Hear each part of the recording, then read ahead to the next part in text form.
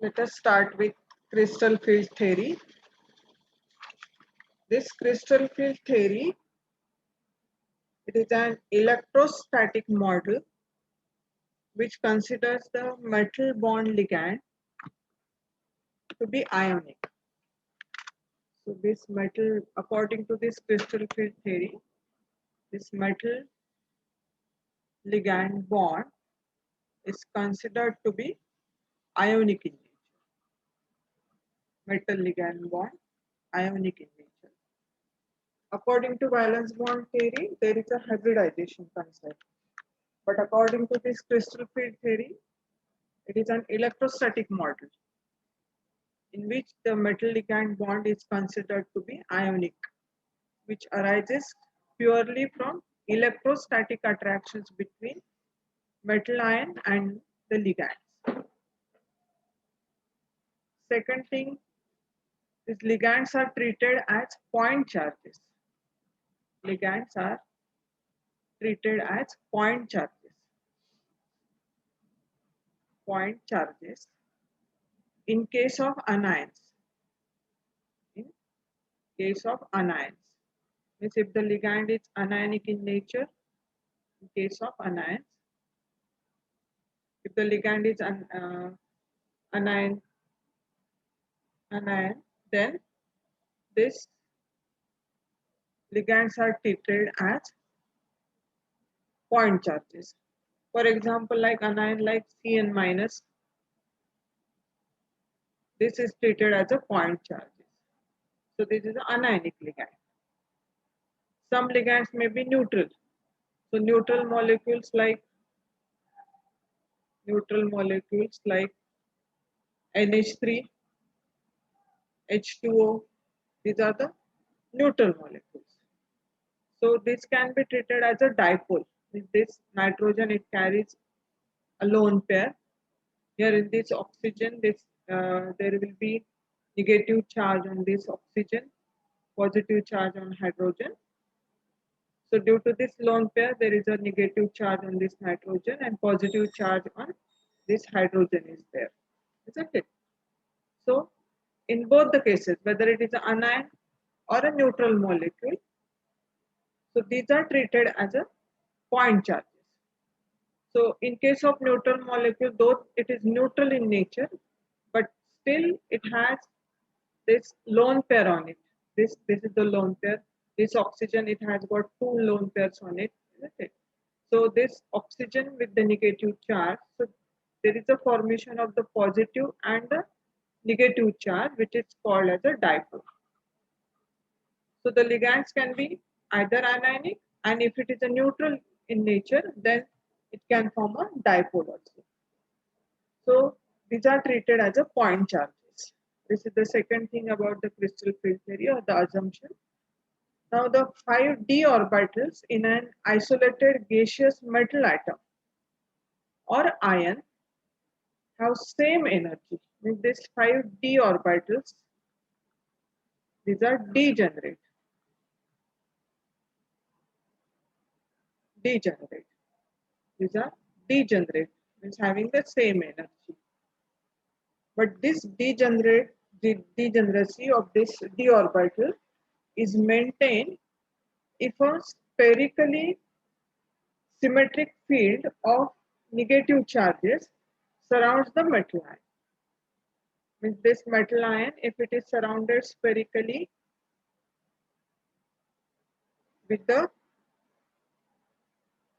symmetrical field of the negative charge, then this degeneracy of this d orbital is maintained. But when this negative field is due to ligands, if this negative field is due to ligands,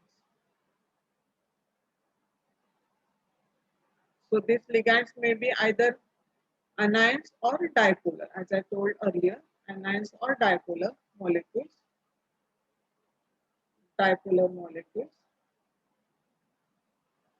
So this negative field is due to, if it is due to this anions or a dipolar molecule in a complex, it becomes asymmetrical.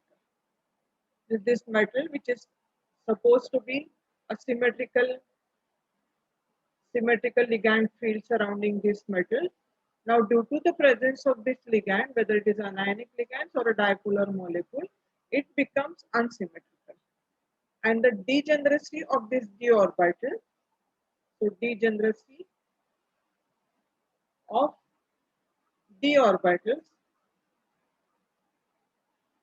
is lifted, means it is no more degenerate.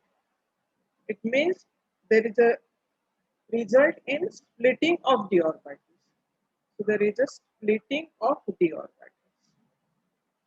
Splitting of d orbitals due to unsymmetrical ligand field which is surrounding this metal ion. Okay. And this happens due to the presence of the ligands. The ligands might be either anionic or a dipolar molecule. Okay. So on these basis, this crystal field theory is based. Means initially there is a metal ligand ionic bond, means this is the electrostatic attraction is there, electrostatic interactions are there between metal and the ligand. Ligands might be point charges, ligands might be anion or neutral molecules. If it is a neutral, then it might be a dipolar one. So that these 5d orbitals, which are supposed to be degenerate, due to the presence of this ligand, this degeneracy of the d orbital is now lifted. Means now they are no more degenerate. There will be splitting of d orbitals due to the presence of ligands there. Okay. The next point about this crystal field theory, that in octahedral coordination complexes with 6 ligands surrounding the metal atom or ion, there will be repulsion between, means if this is a metal which is surrounded by 6 ligands to this, like this. Okay. So there is a repulsion between the electrons in metal d orbital. So this metal, it contains d orbital. So there is a repulsion between electrons in metal d orbitals, and the electrons in the ligand,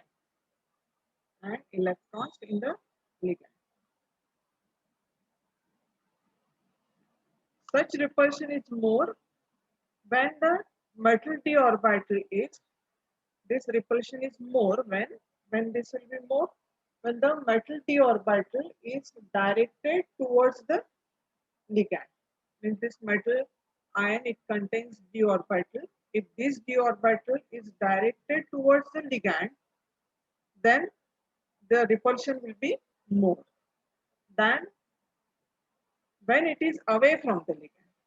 If this ligand orbit electrons, if they are in way of this d orbitals, the repulsion will be more, because this metal d orbitals, they contain electrons, and the ligand also, it contains electrons. So there will be repulsion. Okay.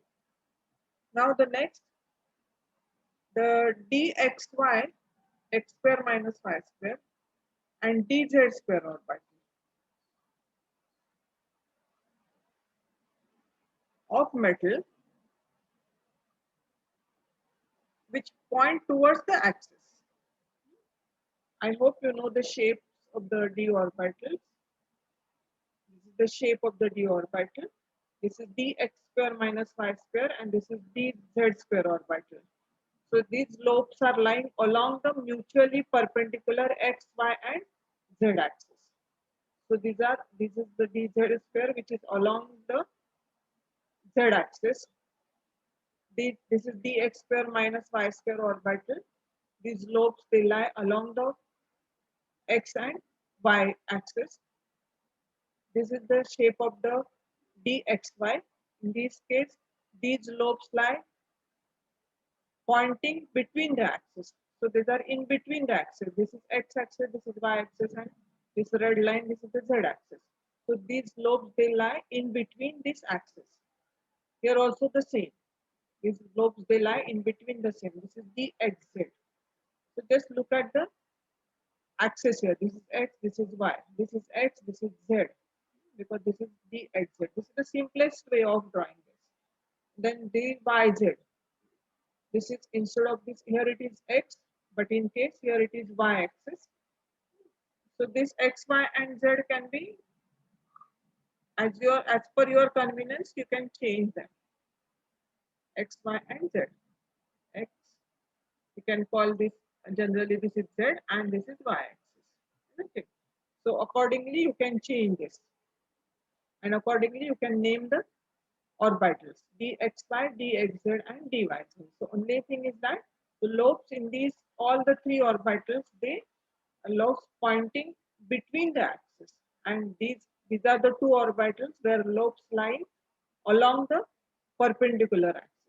In this case, it is lying along the x and y axis. So this is x square minus y square, and this lobe it lies along the z axis. So this will be dz square. Okay. So here it is pointing between the axis, and this is along the axis mutually, which the axes are mutually perpendicular to one another. So this dx square minus y square and dz square orbitals of the metal, which point towards the axis, as I just discussed. So the along this direction of the ligand. So these axes are along the direction of the ligand. Along the direction of the ligand. Along the direction of ligand, and these axes will experience more repulsion. Due to this, they will experience more repulsion and will be raised in energy, or the energies of these axes will be increased. So energy of this axis is increased because they lie along the direction of the ligand. Okay. Now, next point you can say remaining axis, that is dxy, dyz, and dxz. Here you can see, here these are the three axes. The lobes are pointing between the axes. Okay. So due to this shape of this d orbitals, what will happen? These orbitals which are directed between the axes. So these are the directed between the axes. Directed between the axes. Due to this, what will happen? The energy of these orbitals will be lowered. So lower in energy. Lower in energy relative to the average energy in the spherical crystal field. Means what is this crystal field actually? This is the electric field that exists in crystal. The name of this theory, it is a crystal field theory. It means that the electric field which is developed and which exists in the crystal. Okay. So due to this, the energies of this orbital will be lower in the energy, and repulsion will be obviously less repulsion. Less repulsion. So what will happen the next?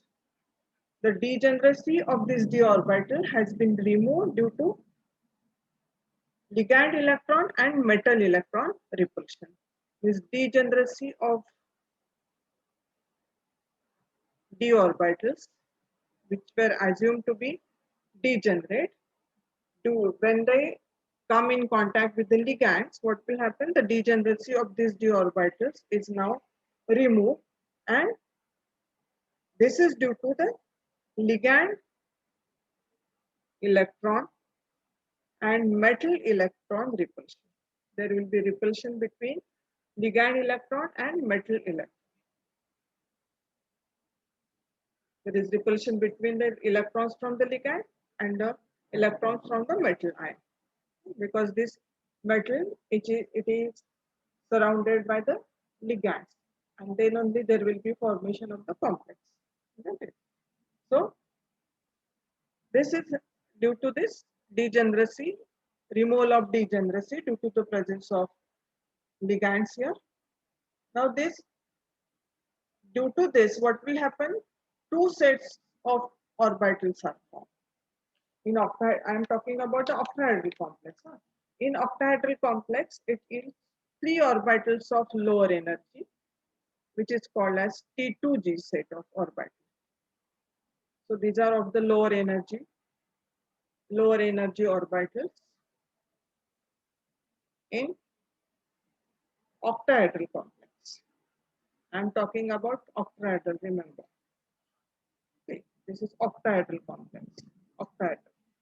Okay, so T2G set of orbitals and another set of orbital which is formed, that is a EG set of orbital, and this T2G and EG set of orbitals, out of this EG set of orbitals, these are the three. There are three orbitals, three lower energy orbitals, and these are the two because there are in all total 5d orbitals. So this T2G set of orbital, it comprises of three orbitals, and EG set of orbital, it comprises of two higher energy level orbitals. So energies of this EG orbitals, it's comparatively higher than the energies of this T2G orbital, two higher energy orbitals.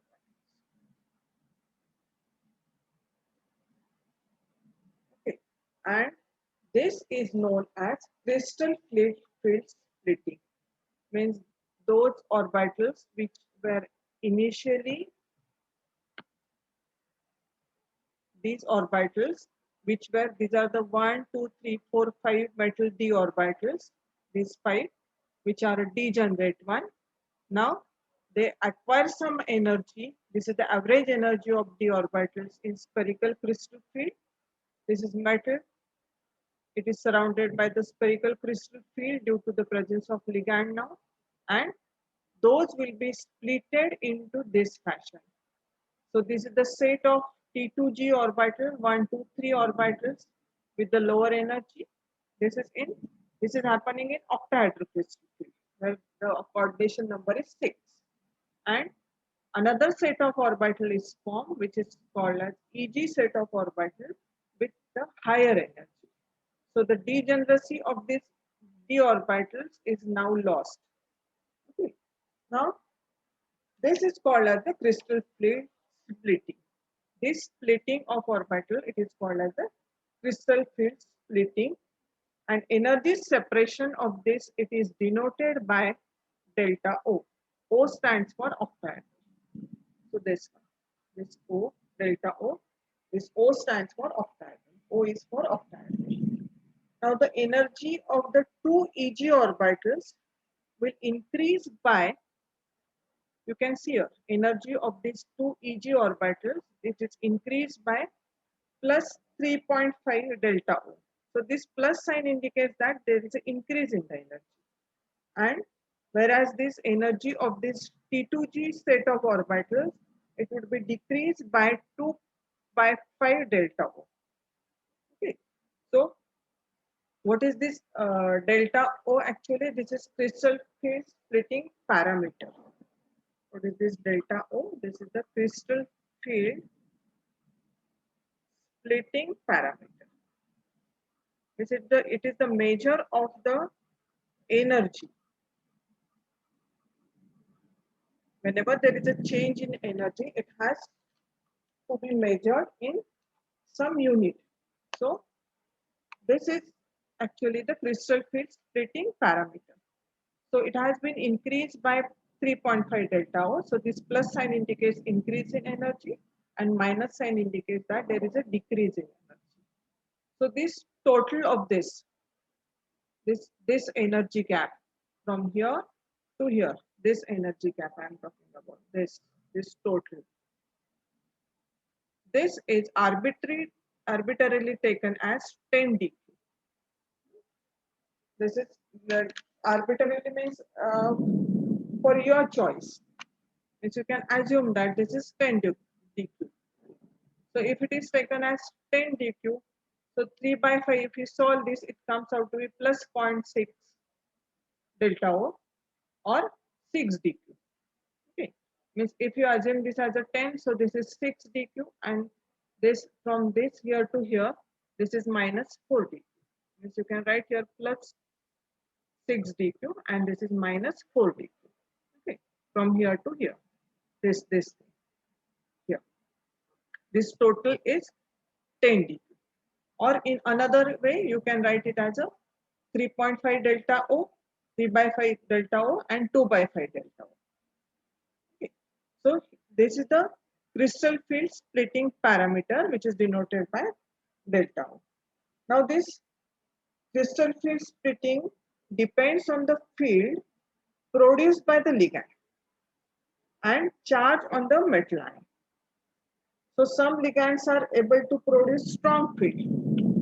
As I told in valence bond theory lecture that this is this valence bond theory, it is not having the concept of the crystal field splitting, and it is not possible for this VBT to talk about or to explain about the strength of the ligand.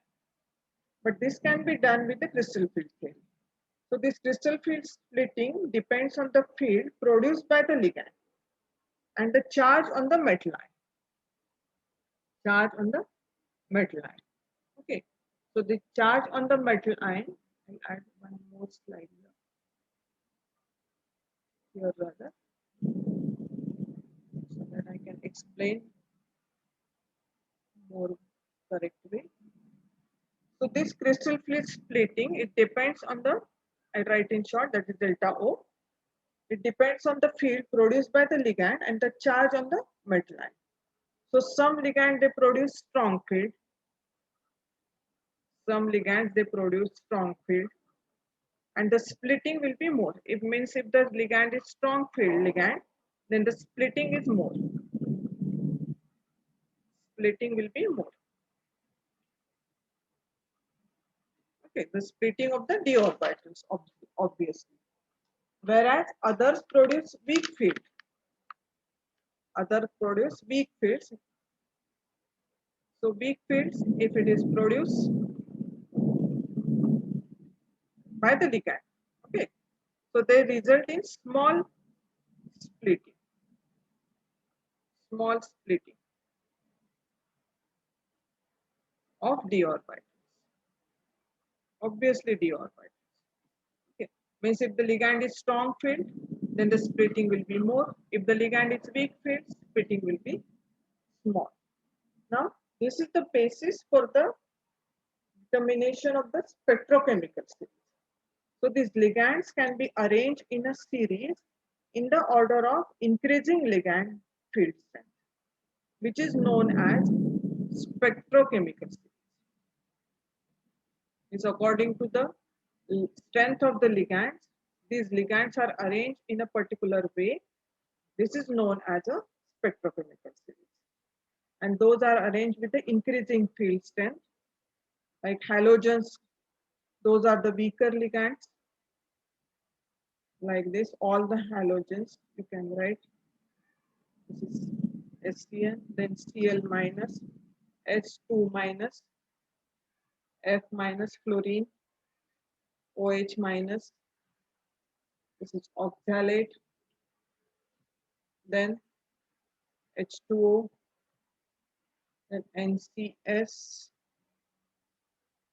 then EDTA, 4 minus ethylene diamine tetraacetate, then ammonia, then En means ethylene diamine, then Cn minus and CO, carbon monoxide, CO ligand. So this is a spectrochemical series. So according to this is arranged with the increasing field strength. So this is the weak ligand and this is the strongest one. So I'll tell you, I'll make one video how to remember this strength of the ligand. How to easily identify which one is a stronger and which one is a weaker ligand. So these are arranged in this fashion. So this is the weakest one and this is the strong ligand. Okay. So it is an experimentally determined series based on absorption of light. This is dependent on the absorption of light by complexes with different ligands. It is a experimentally determined series. So this is the way about this crystal field splitting. Now again come back to this diagram about this one. Here there is a one G is written, T2G and EG. So G means what? G means Gerade. It is a German word which means even. Okay. T stands for triply degenerate. T2G means there are three orbitals, 1, 2 and 3. This is triply degenerate. Okay. And E means doubly degenerate.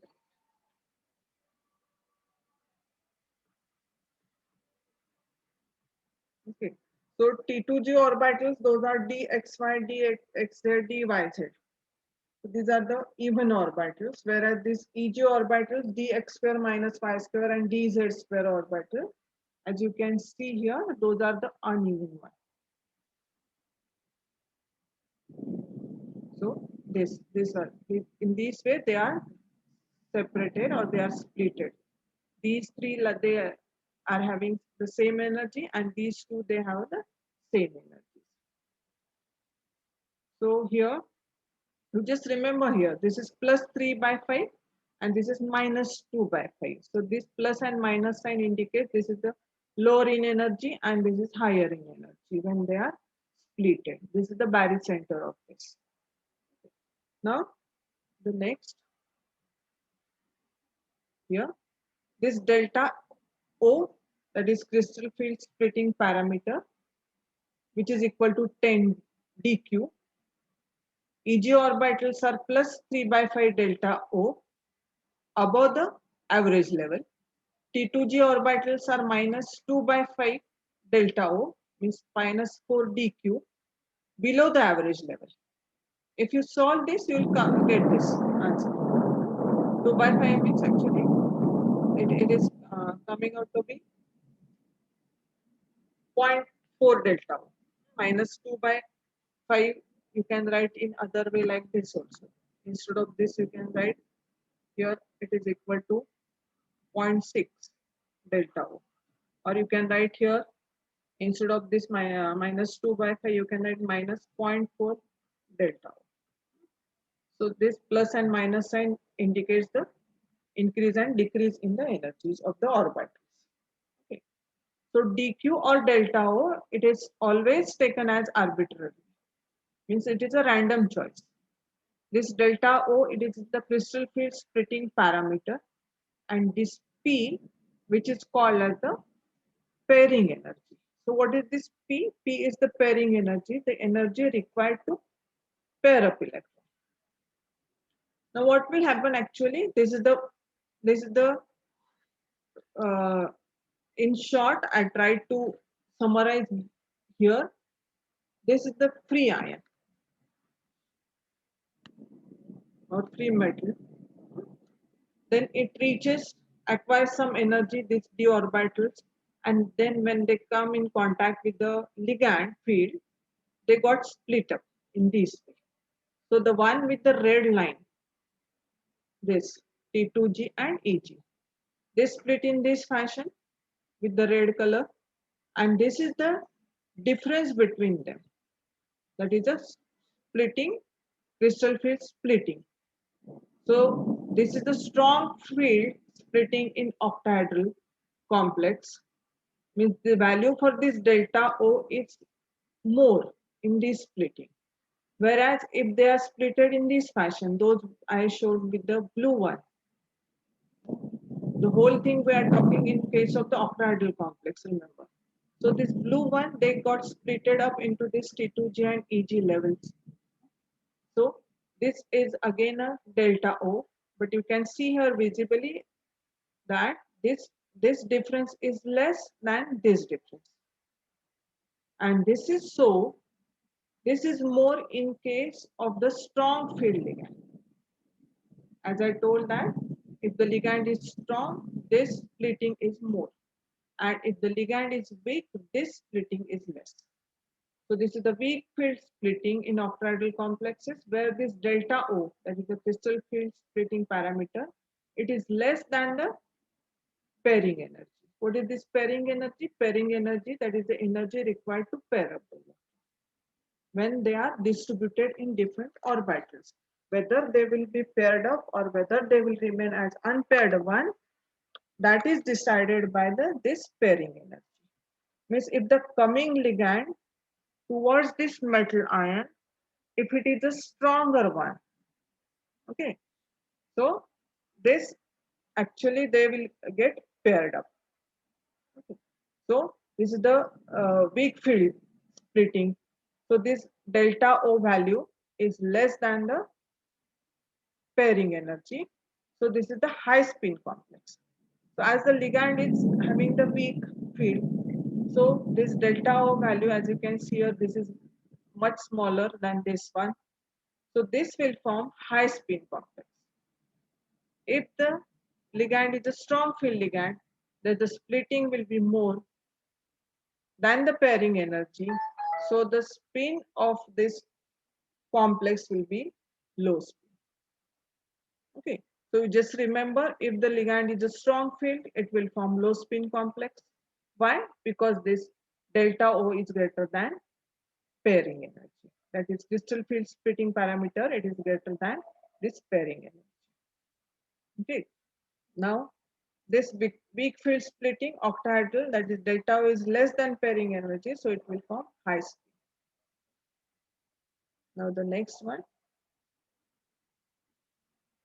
means delta O. If it is a strong field, splitting will be more. Weak field, that is the splitting will be small for the d orbital. So I just talked about this spectrochemical series. So this is the weaker one and this is the stronger one. So in this way, crystal field theory can be explained here.